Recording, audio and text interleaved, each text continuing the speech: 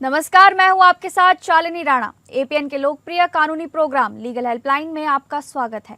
इसमें हमारे कानूनी विशेषज्ञ रोजमर्रा की जिंदगी की समस्याओं से जुड़े कानूनी मसलों पर आपकी शंकाओं का समाधान करते हैं। आप फोन करके हमसे कानूनी राय भी ले सकते हैं। आज हम आपको बैंकिंग से जुड़ी कानूनी जानकारी देंगे। हमारे आज के कानूनी विशेषज्ञ हैं अधिवक्ता राम नरेश यादव जी। राम नरेश यादव जी, आपका बहुत बहुत स्वागत है लीगल हेल्पलाइन में। आज राम नरेश यादव जी आपको बैंकिंग से जुड़े तमाम कानूनी पहलुओं की जानकारी देंगे। अगर आपका इस मसले से जुड़ा कोई सवाल है तो आप फ़ोन करके हमसे कानूनी राय ले सकते हैं। हमारे फ़ोन नंबर्स हैं 012061279667। हमारा दूसरा फ़ोन नंबर है 012061279668। वापस चलेंगे हमारे विशेष अधिवक्ता राम नरेश यादव जी के पास। राम नरेश यादव जी, आपसे हम जानना चाहेंगे कि बैंकिंग विनियमन अधिनियम का मुख्य उद्देश्य क्या है और ये बैंकिंग क्षेत्र को कैसे नियंत्रित करता है। शालिनी जी, बहुत अच्छा प्रश्न है। सबसे पहले जो बैंकिंग रेगुलेशन एक्ट 1949 का मुख्य उद्देश्य भारत की बैंकिंग प्रणाली में एक स्थिरता यानी स्टेबिलिटी, एक ट्रांसपेरेंसी और पब्लिक कॉन्फिडेंस बनाए रखना है।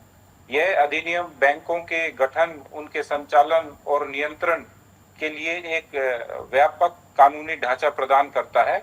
इसके तहत भारतीय रिजर्व बैंक को महत्वपूर्ण शक्तियां प्रदान की गई हैं, जिनमें बैंकों को लाइसेंस देना, उनके कार्यों का निरीक्षण करना, उनको डायरेक्शंस जारी करना और आवश्यक होने पर करेक्टिव एक्शन यानी सुधारात्मक कदम उठाना इसमें शामिल है। यह अधिनियम यह सुनिश्चित करता है कि बैंक सुरक्षित और जिम्मेदारी से जनता की जो जमा राशि है, उनके जो डिपॉजिट्स हैं, उनका सही तरीके से उपयोग करें और एक्सेसिव रिस्क ना लें। इसके अलावा यह अधिनियम जो capital adequacy, cash reserve ratio और स्टैट्यूटरी लिक्विडिटी रेशो जैसे मानकों के माध्यम से बैंकों को नियंत्रित करता है। यह बैंकिंग क्षेत्र में एक अनुशासन बनाए रखने के साथ साथ एक वित्तीय प्रणाली को मजबूत करता है और आर्थिक विकास को यह समर्थन देता है। जी, आगे हम आपसे जानना चाहेंगे कि बैंकिंग विनियमन अधिनियम के तहत बैंकिंग कंपनी की परिभाषा क्या है और इसके लिए क्या आवश्यकताएं हैं। बैंकिंग रेगुलेटरी एक्ट के अनुसार बैंकिंग कंपनी वह संस्था है जो जनता से डिपॉजिट स्वीकार करती है और इन धनराशियों का उपयोग लोन या इन्वेस्टमेंट के रूप में करती है। इसका जो मुख्य कार्य है वो बैंकिंग एक्टिविटीज करना होता है, न कि अन्य व्यापारिक कार्यों में संलग्न होना। ऐसी कंपनी का विधिवत पंजीकरण आवश्यक है और इससे जो कंपनी अधिनियम के तहत स्थापित होना चाहिए। यानी कि कोई भी जो बैंकिंग एक्टिविटी जब शुरू करते हैं तो ये जरूरी है कि उसको कंपनी एक्ट के तहत उसका रजिस्ट्रेशन होना एक जरूरी प्रक्रिया है। इसके अतिरिक्त बैंकिंग कंपनी को एक मिनिमम कैपिटल और एक रिजर्व बनाए रखना होता है ताकि वह जब वित्तीय जोखिमों का सामना कर सके। अधिनियम यह भी सुनिश्चित करता है कि बैंकिंग कंपनियां सुरक्षित और विश्वसनीय तरीके से कार्य करें। इसके लिए उनके कार्यों पर आरबीआई की एक सुपरविजन रहती है और बैंकिंग कंपनी को अपने जो संचालन में ट्रांसपेरेंसी, अकाउंटेबिलिटी और रेगुलेटरी कंप्लायंस बनाए रखना होता है ताकि एक सुचारू रूप से बैंकिंग प्रक्रिया देश में लागू रहे।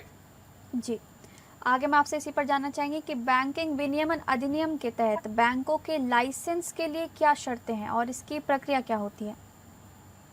बैंकिंग रेगुलेटरी एक्ट के तहत किसी भी बैंक को अपना जो व्यवसाय शुरू करने के लिए आरबीआई से लाइसेंस प्राप्त करना अनिवार्य है।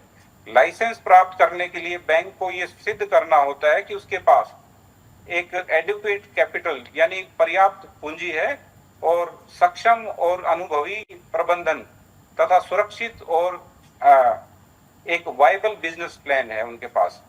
आवेदन आरबीआई को प्रस्तुत किया जाता है, जिसके बाद आरबीआई बैंक की फाइनेंशियल कंडीशन, प्रबंधन की गुणवत्ता और पब्लिक इंटरेस्ट के आधार पर इसका मूल्यांकन करती है। आरबीआई यह भी सुनिश्चित करती है कि बैंक की जो नीतियां और प्रक्रिया रिस्क कंट्रोल के अनुरूप हो। यदि आरबीआई संतुष्ट होता है तो वो लाइसेंस प्रदान कर देता है, अन्यथा आवेदन को अस्वीकार कर सकता है। लाइसेंस प्राप्त करने के बाद भी बैंकों को नियमित रूप से आरबीआई के नियमों का पालन करना जरूरी होता है। जी, आगे हम आपसे जानना चाहेंगे कि बैंकिंग रेगुलेटरी एक्ट के तहत बैंकों के लिए पूंजी आवश्यकताएं क्या हैं और इसके अनुपालन की प्रक्रिया क्या है? जी शालिनी जी, अधिनियम के तहत बैंकों को एक न्यूनतम पूंजी यानी कि मिनिमम कैपिटल और कैपिटल एडिक्वेसी रेशो यानी CAR ये बनाए रखना आवश्यक होता है। यह सुनिश्चित किया जाता है कि बैंक जो संभावित फाइनेंशियल लॉसेस है उनको सहन करने में सक्षम हो और जमाकर्ताओं के हित की सुरक्षा रहे। आरबीआई समय समय पर पूंजी आवश्यकताओं को निर्धारित करता है और जो इंटरनेशनल स्टैंडर्ड्स हैं जैसे बेसल नॉर्म्स है उनके अनुसार दिशा निर्देश जारी करता है। बैंकों को अपने वित्तीय स्थिति की जो एक पीरियडिक रिपोर्टिंग आरबीआई को प्रस्तुत करनी होती है। यदि कोई बैंक निर्धारित पूंजी मानकों का पालन नहीं करता है तो आरबीआई उसके खिलाफ करेक्टिव एक्शन कर सकता है। इस प्रकार जो पूंजी आवश्यकताएं हैं बैंकिंग प्रणाली की मजबूती और स्थिरता बनाए रखने में एक महत्वपूर्ण भूमिका निभाती है। जी, आगे हम आपसे जानना चाहेंगे कि बैंकिंग रेगुलेटरी एक्ट के तहत बैंकों के निदेशक मंडल और प्रबंधन के लिए क्या आवश्यकताएं हैं? जो शालिनी जी, जो ये इस अधिनियम के अनुसार जो बैंकों का निदेशक मंडल यानी उनके जो बोर्ड ऑफ डायरेक्टर्स हैं वो qualified, experience, fit and proper व्यक्तियों से बना होना चाहिए। यानी कि उनकी जो क्वालिफिकेशन है, एक्सपीरियंस है जो बोर्ड ऑफ डायरेक्टर्स का, वो जो बैंक चलाने के लिए सक्षम हो और बैंक को एक प्रॉपरली तरीके से चला सके। तो ऐसे लोगों की आवश्यकता होती है जो एक्सपीरियंस हो और जो क्वालिफाइड भी हो। निदेशकों के पास यानी जो डायरेक्टर्स हैं उनके पास बैंकिंग, फाइनेंस या प्रबंधन का पर्याप्त ज्ञान होना भी आवश्यक है। और ये भी सुनिश्चित किया जाता है आरबीआई के द्वारा कि जो बैंक का संचालन एक प्रोफेशनल और पारदर्शी तरीके से हो। आरबीआई को यह अधिकार है कि वह अयोग्य डायरेक्टर्स को हटाने या जो नए डायरेक्टर्स की नियुक्ति के निर्देश दे सके। इसके अतिरिक्त जो मैनेजमेंट है उसको प्रभावी निर्णय लेने, रिस्क कंट्रोल, कंप्लायंस सुनिश्चित करने की जिम्मेदारियां दी जाती है। और यह प्रावधान बैंकिंग प्रणाली में गुड गवर्नेंस को बढ़ावा देता है और इरेगुलरिटीज को रोकता है। जी, रामनरेश यादव जी, आगे हम आपसे जानेंगे कि बैंकिंग विनियमन अधिनियम के तहत बैंकों के लिए लेखा परीक्षा और वित्तीय रिपोर्टिंग की क्या आवश्यकताएं हैं? अधिनियम के तहत बैंकों को एक नियमित रूप से लेखा परीक्षा यानी कि ऑडिट करना अनिवार्य है ताकि उनकी जो वित्तीय स्थिति की एक सटीकता यानी एक एक्यूरेट तरीके से और ट्रांसपेरेंसी उसमें सुनिश्चित की जा सके। बैंकों को अपने जो फाइनेंशियल स्टेटमेंट्स जैसे balance sheet, profit and loss account और जो अन्य विवरण है वो निर्धारित मानकों के यानी कि जो अकाउंटिंग स्टैंडर्ड्स हैं उनके अनुसार उनको तैयार करने होते हैं। इन रिपोर्टों को आरबीआई अन्य जो नियामक प्राधिकरण है उनको प्रस्तुत किया जाता है। आरबीआई इन रिपोर्ट का एनालिसिस करता है और यदि कोई इरेगुलरिटी पाई जाती है तो आवश्यक कार्रवाई की जाती है। यह प्रक्रिया बैंकों को एक फाइनेंशियल साउंडनेस बनाए रखने में सहायक होती है ताकि बैंक का जो फाइनेंशियल ढांचा है वो बना रहे और ग्राहकों को कोई ऐसी दिक्कत ना आए जिससे बैंक बंद होने पे उनको जो नुकसान होता है या उनकी जो पैसा फंस जाता है, इस तरह की कोई उसमें अड़चन ना आए। जी, रामनरेश यादव जी, आपसे आगे जानना चाहेंगे कि बैंकिंग रेगुलेटरी एक्ट के तहत बैंकों के लिए जोखिम प्रबंधन और आंतरिक नियंत्रण की आवश्यकताएं हैं। अधिनियम के अनुसार बैंक को एक मजबूत रिस्क मैनेजमेंट प्रणाली अपनानी होती है इसमें जैसे क्रेडिट रिस्क, मार्केट रिस्क और ऑपरेशनल रिस्क का प्रभावी प्रबंधन इसमें शामिल होता है। इसके साथ ही बैंकों को एक इंटरनल कंट्रोल जो प्रणाली है वो भी स्थापित करनी होती है, जिसमें उनका internal audit, monitoring, compliance mechanism इसके अंदर शामिल होते हैं। ये जो प्रणालियां हैं बैंक को धोखाधड़ी, त्रुटियों और जो वित्तीय नुकसान है उससे बचाने में ये मदद करती है। आरबीआई समय समय पर दिशा निर्देश जारी करता है ताकि बैंक अपने जो जोखिम प्रबंधन प्रणाली को मजबूत बना सके, और ये सुनिश्चित करता है कि बैंक जो एक सेफ और स्थिर तरीके से कार्य करे और वित्तीय प्रणाली को कोई खतरा ना हो। जी, रामनरेश यादव जी, आगे हम आपसे जानेंगे कि बैंकिंग रेगुलेटरी एक्ट के तहत बैंकों के लिए क्या ग्राहक संरक्षण और गोपनीयता आवश्यकताएं हैं? जी बिल्कुल शालिनी जी, बैंकिंग रेगुलेटरी एक्ट के तहत बैंकों को ग्राहक संरक्षण यानी कस्टमर प्रोटेक्शन और कॉन्फिडेंशियलिटी यानी गोपनीयता सुनिश्चित करना अनिवार्य है। बैंकों को ग्राहक के साथ निष्पक्ष और पारदर्शी व्यवहार करना होता है। उन्हें सभी शर्तों, चार्जेस और रिस्क स्पष्ट जानकारी ग्राहक को देनी होती है। ग्राहकों की व्यक्तिगत और वित्तीय जानकारी को सुरक्षित रखना बैंकों की जिम्मेदारी है, और इसे बिना अनुमति के किसी तीसरे पक्ष के साथ साझा नहीं किया जा सकता, सिवाय कानूनी आवश्यकताओं के। यानी अगर कोई लीगल रिक्वायरमेंट है उस केस में उसको थर्ड पार्टी को साझा कर सकते, नहीं तो बगैर ग्राहक की जानकारी और उसकी अनुमति के उसको साझा नहीं किया जा सकता।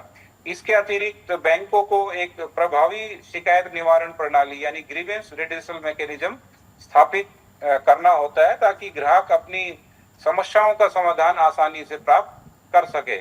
आरबीआई द्वारा भी जो जारी दिशा निर्देश है उनके अनुसार भी बैंकों को कस्टमर सर्विस की गुणवत्ता बनाए रखना जरूरी होता है, और यह व्यवस्था बैंकिंग प्रणाली में कस्टमर का विश्वास बढ़ाने और कस्टमर के हितों की रक्षा करने में एक महत्वपूर्ण भूमिका निभाती है।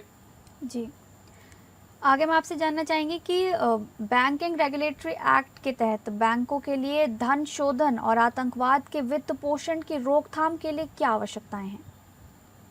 बैंकिंग रेगुलेटरी एक्ट और संबंधित कानूनों के तहत बैंकों को मनी लॉन्ड्रिंग और टेररिस्ट फाइनेंसिंग की रोकथाम के लिए सख्त उपाय अपनाने होते हैं। जी। जैसे इसके लिए केवाईसी यानी कि नो योर कस्टमर और एएमएल एंटी मनी लॉन्ड्रिंग नियमों का पालन अनिवार्य है। बैंकों को अपने ग्राहकों की पहचान यानी उनकी आइडेंटिटी वेरिफिकेशन और उनके लेन देन की निगरानी करनी होती है। यदि कोई संदिग्ध यानी सस्पिशियस ट्रांजैक्शन पाया जाता है तो उसकी रिपोर्टिंग संबंधित प्राधिकरण को देना आवश्यक है। इसके अलावा बैंकों को रिकॉर्ड बनाए रखने और समय समय पर रिपोर्टिंग करने की भी आवश्यकता होती है। आरबीआई द्वारा जो जारी दिशा निर्देश है उनके अनुसार बैंकों को अपने कर्मचारियों को ट्रेनिंग देनी होती है, ताकि वे इस प्रकार की गतिविधियों को आसानी से पहचान कर सके, और ये व्यवस्था वित्तीय अपराधों को रोकने और देश की नेशनल सिक्योरिटी बनाए रखने में एक महत्वपूर्ण भूमिका निभाती है। जी, रामनरेश यादव जी, इस अधिनियम के तहत बैंकों के लिए क्या दिवालापन और संकल्प के लिए क्या आवश्यकताएं हैं? जो अधिनियम है इसके तहत यदि कोई बैंक फाइनेंशियल डिस्ट्रेस यानी वित्तीय संकट में आ जाता है तो उसके समाधान यानी कि उसके रेजुलेशन के लिए विभिन्न उपाय किए जाते हैं। भारतीय रिजर्व बैंक को यह अधिकार है कि यह बैंक के पुनर्गठन यानी बैंक की रिस्ट्रक्चरिंग, उसका मर्जर, उसका एक्विजिशन की प्रक्रिया शुरू कर सके। यदि बैंक की स्थिति अत्यधिक खराब हो जाती है तो उसे लिक्विडेट भी किया जा सकता है। इस प्रक्रिया का जो मुख्य उद्देश्य है वो जमाकर्ताओं के हितों की रक्षा करना होता है और वित्तीय प्रणाली की स्थिरता बनाए रखना होता है। आरबीआई को अगर आवश्यकता लगती है तो अस्थायी नियंत्रण यानी मोरेटोरियम भी लगा सकता है, ताकि बैंक की स्थिति को सुधारा जा सके। जी, सर, आपसे ये भी जानना चाहेंगे कि बैंकिंग रेगुलेटरी अधिनियम के तहत भारतीय रिजर्व बैंक यानी कि आरबीआई की शक्तियां और भूमिकाएं क्या हैं? बैंकिंग विनियमन अधिनियम के तहत जो भारतीय रिजर्व बैंक को एक व्यापक शक्तियां प्राप्त है, यह बैंकों के लाइसेंस देने, उनके कार्यों का इंस्पेक्शन करने और आवश्यक दिशा निर्देश जारी करने का अधिकार रखता है। आरबीआई ये सुनिश्चित करता है कि बैंक रेगुलेटरी स्टैंडर्ड्स का पालन करे और फाइनेंशियल स्टेबिलिटी उनकी बनी रहे। इसके अतिरिक्त आरबीआई को यह अधिकार है कि वह बैंकों के प्रबंधन में कोई इंटरवेंशन कर सके यदि आवश्यकता होती है। तो यह बैंकिंग प्रणाली की निगरानी यानी कि उसके सुपरविजन और कंट्रोल करता है, जिससे आर्थिक व्यवस्था सुचारू रूप से चलती है। जी, आगे मैं आपसे जानना चाहेंगे कि बैंकिंग रेगुलेटरी अधिनियम के तहत बैंकों के लिए क्या अनुपालन आवश्यकताएं हैं और इसके उल्लंघन के लिए क्या दंड है? बैंकों को अधिनियम के तहत सभी नियमों और सभी जो दिशा निर्देश है उनका पालन करना अनिवार्य है। इसमें कैपिटल एडिक्वेसी यानी कि एक पूंजी का पर्याप्त होना, जोखिम प्रबंधन यानी कि रिस्क मैनेजमेंट और रिपोर्टिंग इसमें शामिल है। यानी कैपिटल एडिक्वेसी, रिस्क मैनेजमेंट और रिपोर्टिंग, इन तीनों को फॉलो करना ये अनिवार्य है बैंक के लिए। यदि कोई बैंक इन नियमों का उल्लंघन करता है तो आरबीआई उसके खिलाफ कार्रवाई कर सकता है। अब इस कार्रवाई में उनके ऊपर पेनल्टी भी लगा सकता है, जैसे जुर्माना, उनका लाइसेंस कैंसिलेशन या उनके मैनेजमेंट में एक बदलाव यानी कि मैनेजमेंट चेंज भी इसके अंदर शामिल है अगर बैंक नियमों का पालन नहीं करती है। यह व्यवस्था ये सुनिश्चित करती है कि बैंक नियमों का पालन करे और वित्तीय प्रणाली जो है वो सुरक्षित बनी रहे। जी सर, आखिरी सवाल आपसे जानना चाहेंगे कि इस अधिनियम के महत्व और इसकी उपयोगिता को कैसे बढ़ाया जा सकता है और इसके क्रियान्वयन में क्या चुनौतियां आती हैं? अधिनियम बैंकिंग प्रणाली को एक स्टेबिलिटी और क्रेडिबिलिटी ये दोनों बनाए रखने में एक महत्वपूर्ण भूमिका निभाता है। इसकी जो उपयोगिता है उसको बढ़ाने के लिए टेक्नोलॉजिकल अपग्रेड, एनहेंस सुपरविजन और ट्रांसपेरेंसी होनी चाहिए, ताकि उसका एक बेहतर ढंग से बैंकों का एक सुचारू रूप से उसको एक सुचारू रूप से उसको मैनेज कर सके। साथ ही बैंकों को आधुनिक जोखिम यानी कि मॉडर्न रिस्क मैनेजमेंट प्रणालियां भी अपनानी चाहिए। हालांकि इसके जो इम्प्लीमेंटेशन में कई तरह के चैलेंजेस भी हैं, जैसे साइबर सिक्योरिटी के जो खतरे, आजकल जो बढ़ते हुए खतरे हैं, एक फाइनेंशियल कॉम्प्लेक्सिटी यानी कि जो बढ़ती वित्तीय जटिलताएं हैं और एक ग्लोबल इकोनॉमिक चेंजेस हैं, जिनकी इन चुनौतियों को निपटने के लिए निरंतर सुधार और सख्त जो रेगुलेटरी जो नियम है उनके उपाय की आवश्यकता रहती है। जी, राम नरेश यादव जी, बैंकिंग से जुड़ी तमाम जानकारी हमारे दर्शकों तक साझा करने के लिए आपका बहुत बहुत शुक्रिया। फिलहाल लीगल हेल्पलाइन में बस इतना ही। नमस्कार।